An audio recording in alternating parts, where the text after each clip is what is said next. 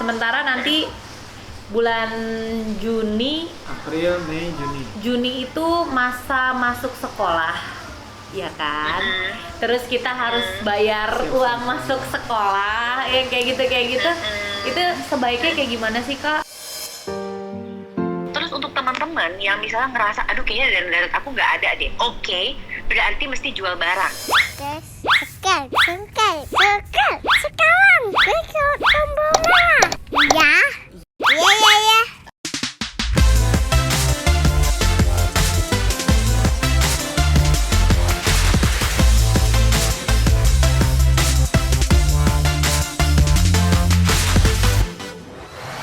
Hai, Halo. welcome to our YouTube channel Keluarga Iti. Ya, ini mau jujur-jujuran aja ya. Pasti di luar sana juga banyak yang merasakan hal serupa. Iya. Virus COVID-19 ini udah menyerang segala aspek sih kalau menurut aku ya. Iya, ekonomi mulai terasa ya. Apapun pekerjaan kalian di luar sana, mungkin kalau misalkan kalian kerja di kantor tapi kantornya masih mengcover seperti biasa, yaitu alhamdulillah. Tapi kan banyak banget tuh kayak pengusaha-pengusaha kecil yang mulai dari pedagang kaki lima, terus abis itu ojek online, terus Dia daily base ya, harian gitu. atau penjual online. Itu juga kayak akhirnya mereka merasakan daya beli masyarakat tuh sangat berkurang. Ini kita mau menghubungi teman aku, manggilnya Kak sih aku ya. Ya, aku sih manggil nama. Karena kamu seumuran. Jadi ini ada Kak Prita, ini adalah financial planner, dia dari Zep Financial. Kita bisa ngobrol sama dia gimana caranya kita bisa mensiasati uang yang pas-pasan dikala situasi lagi seperti ini. Oke, kita langsung telepon aja ya Kak Prita ya.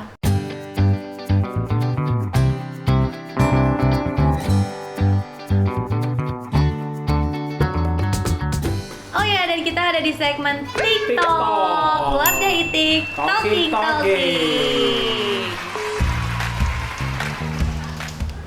Hai. Ini dia Kak Prita Gozi. Kalau nggak lagi lockdown, dihubunginnya tuh susah Padat banget. banget aktivitasnya, Bun. Ala-ala belut gitu ya, susah ditangkap gitu ya. Oh iya. Kak Prita ini jadi adalah financial planner dari Zap Finance. Gitu. Kak, kita mau ngobrol-ngobrol nih Kak, kondisi sekarang di luar sana, virus corona tuh lagi menyebar di mana-mana gitu ya.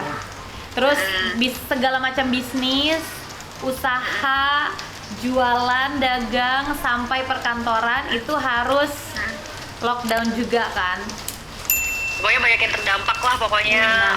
Apa sih dari mulai yang paling dampak sih pastinya yang mereka yang ini ya, yang apa sih namanya, yang kerja misalnya harian, kemudian yang dagang harian gitu kan, itu kan rata-rata juga pasti akan terdampak banget. Dan untuk even kayak aku aja ya, seperti yang tadi Tia juga bilang gitu ya, maksudnya biasanya susah banget tangkepnya, sekarang jadi gampang. Ya iyalah ya, ada di rumah gitu kan, jadi otomatis juga project-project juga banyak yang pending gitu. Dan pastinya itu sedikit banyak pasti berpengaruh juga lah untuk bisnis kita masing-masing gitu ya. Nah ini kan masalahnya skalanya tiap orang bisa beda-beda, bener gak sih? Jadi ada yang emang dampaknya mungkin lebih minim, ada yang dampaknya tuh dahsyat banget, ya gak sih? Kamu berasa begitu gak sih? Banget. Sebenarnya sih kalau menurut aku dari strata ekonomi yang di atas sampai yang paling bawah, dampaknya itu semuanya pasti ada.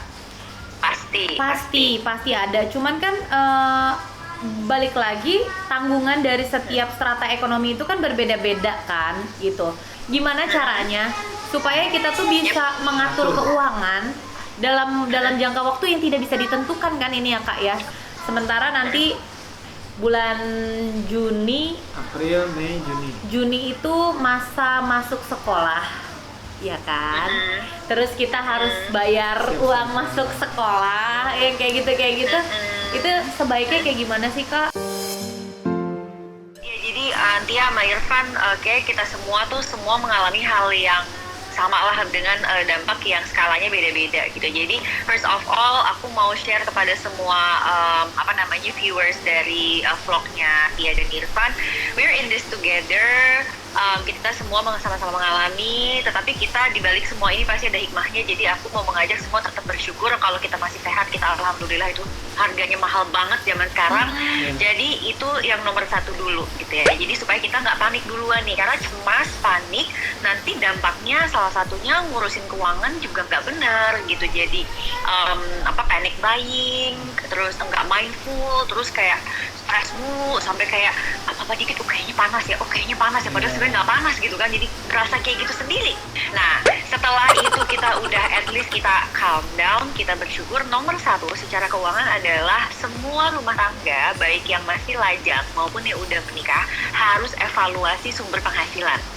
Jadi setelah kita evaluasi baru kita tahu oke, berarti selama 3 bulan ke depan aku punya uang berapa ya untuk bisa membayar segala macam rumah tangga plus ya tadi uang sekolah dan lain-lainnya. 3 bulan.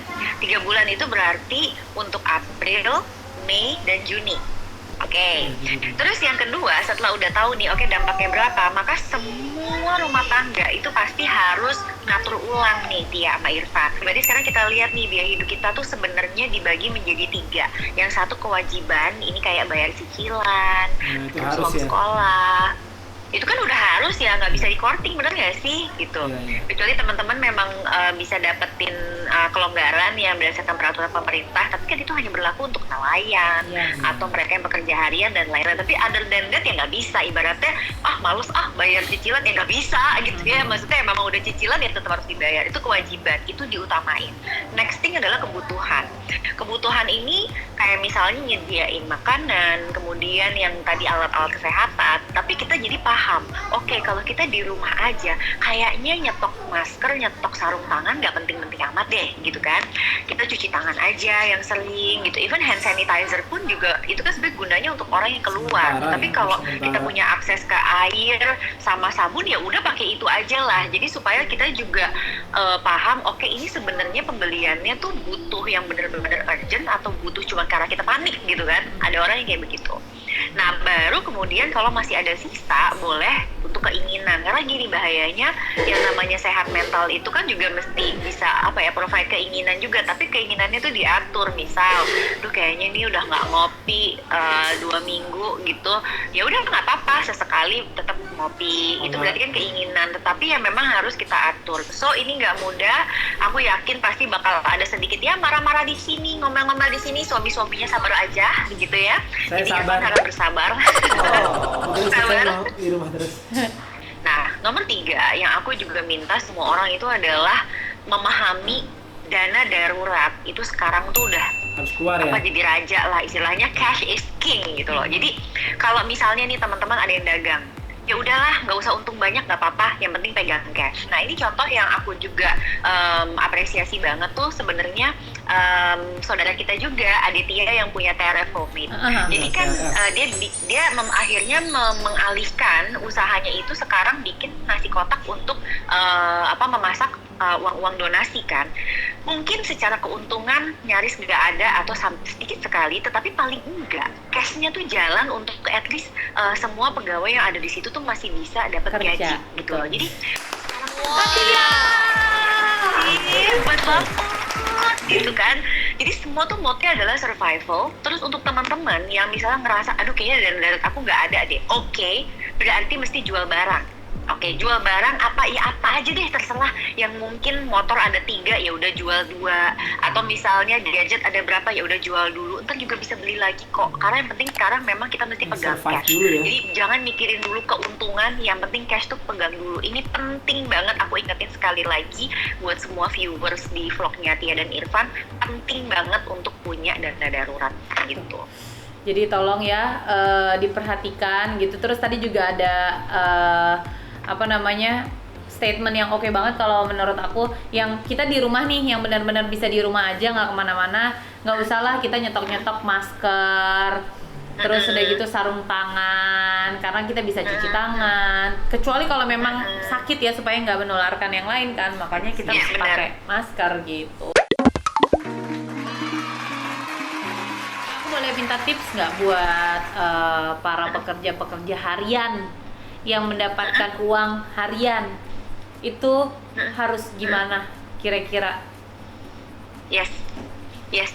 Thank you banget Tia kesempatannya. Jadi nomor 1 nih untuk teman-teman, kalau misalnya kita dapat tambahan lebihan, misalnya dari tips dan lain-lain, please jangan dihabisin dalam 1 hari. Jadi tetap kita atur pengeluaran kita yang hariannya misal udah berapa, ya udah, kita jangan jadi hidupnya kayak berlebih-lebihan gitu ya. Supaya apa? Tambahan-tambahan uang itu ada, itu kita memang harus simpen dalam dana darurat supaya nanti kalau tiba-tiba kita perlu itu kita punya. Yang kedua, teman-teman tolong juga ubah gaya hidup menjadi lebih sehat. Misalnya kurangi dulu lah ya smoking gitu apa gimana. Jadi supaya ya kita juga memang apa ya, itu bagian dari upaya kita juga kan. Kita katanya suruh berjemur, disuruh olahraga. Jadi ibaratnya semua deh bisa kita kerjain, yang gratisan kita kerjain lah istilahnya kayak gitu. Mungkin ini saran yang bagus banget dari Kak Prita. Secukupnya aja cari uangnya. Pas ya. Pas, kalau memang ada tips, kalau bisa jangan Ya, langsung dihabiskan di hari itu. Dan memang Ya. kalau memang sampai tidak cukup juga untuk hidup, mudah-mudahan nih dengan banyaknya teman-teman kita di luar sana yang membuka donasi. Ini aku gabungan antara ada aku, ada Hesti, ada Teh Tike Priyatna Kusuma, ada Dr. Reisha, dan juga ada Sinyorita. Kita berlima ini membuka donasi untuk nantinya kita alihkan ke, misalkan ada kebutuhan dari teman-teman medis kayak APD, terus APD. kalau misalkan kebutuhan makanan juga kita juga bisa keluarkan dananya, atau mungkin sembako untuk teman-teman di luar sana yang memang kerjanya tuh mengumpulkan uang harian dan memang nggak ada pemasukan sama sekali, karena kan walaupun udah kerja harian juga kan belum tentu ada yang pesen Gojek itu kan Kak, kan gitu ya. Mudah-mudahan aja. Bener banget. Aku taruh di deskripsi kalau misalkan kalian mau nyumbang 10.000 kayak berapapun, pasti donasi kalian sangat dibutuhkan untuk teman-teman di luar sana yang membutuhkan gitu. Jadi aku juga mau share juga sama followers Setia dan Irfan gitu, karena kita kebanyakan energi. Jadi jangan lupa untuk pantengin terus Instagramnya The Finance, karena kita juga sering bikin kelas-kelas gratis gitu ya. Dari bentuknya ada yang live Instagram, ada yang Pops online bentuknya kuliah WhatsApp, ada juga Pops online yang dari Zoom. Jadi supaya teman-teman juga tetap bisa dapetin ilmu-ilmu yang berfaedah lah, mumpung kita lagi bisa untuk lebih produktif lagi. Jadi jangan lupa untuk stay tune terus di Instagramnya The Finance untuk informasinya. Karena kalau nanti kelewat. Nanti kita pasang di sini Kita ya. taruh di sini ya Instagramnya Zep Finance juga, dan juga ada Instagramnya Prita Gozi. Kak Prita, thank you banget nih. Makasih ya sharing-sharingnya. Thank you so much. Iya. Mudah-mudahan buat bermanfaat. orang-orang di sana yang dengerin gitu, yang nonton ya. Iya, dan kita juga benar kata Kak Prita, kita harus tetap produktif. Dengan kita video callan begini aja, ya kan, social distancing juga kita bisa tetap memberikan manfaat ke teman-teman. Mudah-mudahan bisa berguna lah ya. gitu. Thank you Kak Prita. I love Makasih you. ya. Thank you so much Tia, thank you so much Irfan. Makasih. Dadah. Bye. Assalamualaikum. Waalaikumsalam. Nah guys, itu dia tadi kita udah Tuh, guys, ngobrolin bener tuh, tadi soal tuh. financial. Mau apa? Mau nyalain aku lagi? Mau Iya, nyalain aku? Dengar, Hah? dengar. Nanti kita saatnya sekarang kita berhemat. Mat. Kan memang udah berhemat dari kemarin. Berhemat. Saatnya kita sekarang introspeksi diri. Kalau kita ada lebih, kita bisa berdonasi, berbagi sesuai dengan kemampuan ya, teman-teman ya. betul. Tadi kan juga dibilangin sama Kak Prita juga ada beberapa hal kayak misalkan tiba-tiba kita tuh ngerasa aduh badan kita demam, aduh batuk, aduh apa, tapi enggak. Sebenarnya itu lebih ke psikis aja. Kita tuh psikisnya udah keganggu pasti. Psikis terganggu. Sebenarnya sih ya pastilah ya ada, karena kan sekarang yang biasanya kita tidak seperti ini sekarang harus seperti ini, dan ini kan dipaksakan. Bukan, kebanyakan itu ngelihat grup, meninggal segini, ini terkena corona segini, anak kecil gini-gini, ada driver ojol kabur, ini itu yang membuat kita merasa hidup dengan penuh ketakutan. Nah, dan itu juga tidak baik dan mengganggu psikologis kita, gitu. Jadi kita selain social distancing, kita juga harus social media distancing. Betul, gitu. harus menjaga mental yang sehat. Ya, diikuti yang positif-positif aja gitu. Dan ini kita akan ngobrol dengan dokter kejiwaan. Jadi psikiater. Kita akan sebenarnya ada apa sih dengan itu dan kita harus gimana menyikapinya. Tapi ini kan udah kepanjangan nih. Tadi udah finansial. Nanti kita ketemu di vlog selanjutnya. Di vlog selanjutnya ada masalah tips kesehatan mental dalam menghadapi kondisi seperti ini. Langsung kita akan video call dengan dokter kejiwaan. Ya udah kalau gitu sekarang waktu kita pamit dulu. Jangan lupa buat like, komen sama subscribe ya. Mudah-mudahan tayangan ini bermanfaat dan mudah-mudahan kita semua dilindungi. Mudah-mudahan rezeki kita tetap lancar dan bisa menjalankan hidup seperti biasa. Kalau gitu, keep safe, stay at home. Makasih ya udah nonton YouTube channel aku. Jangan lupa aku masih punya banyak video-video yang lainnya. Jadi subscribe dong. Kalau kamu subscribe berarti kamu mendukung aku untuk terus berkarya. Aku hitung ya. 1, di situ, iya betul. 2, 3. Pencet tombol merahnya. Terima kasih.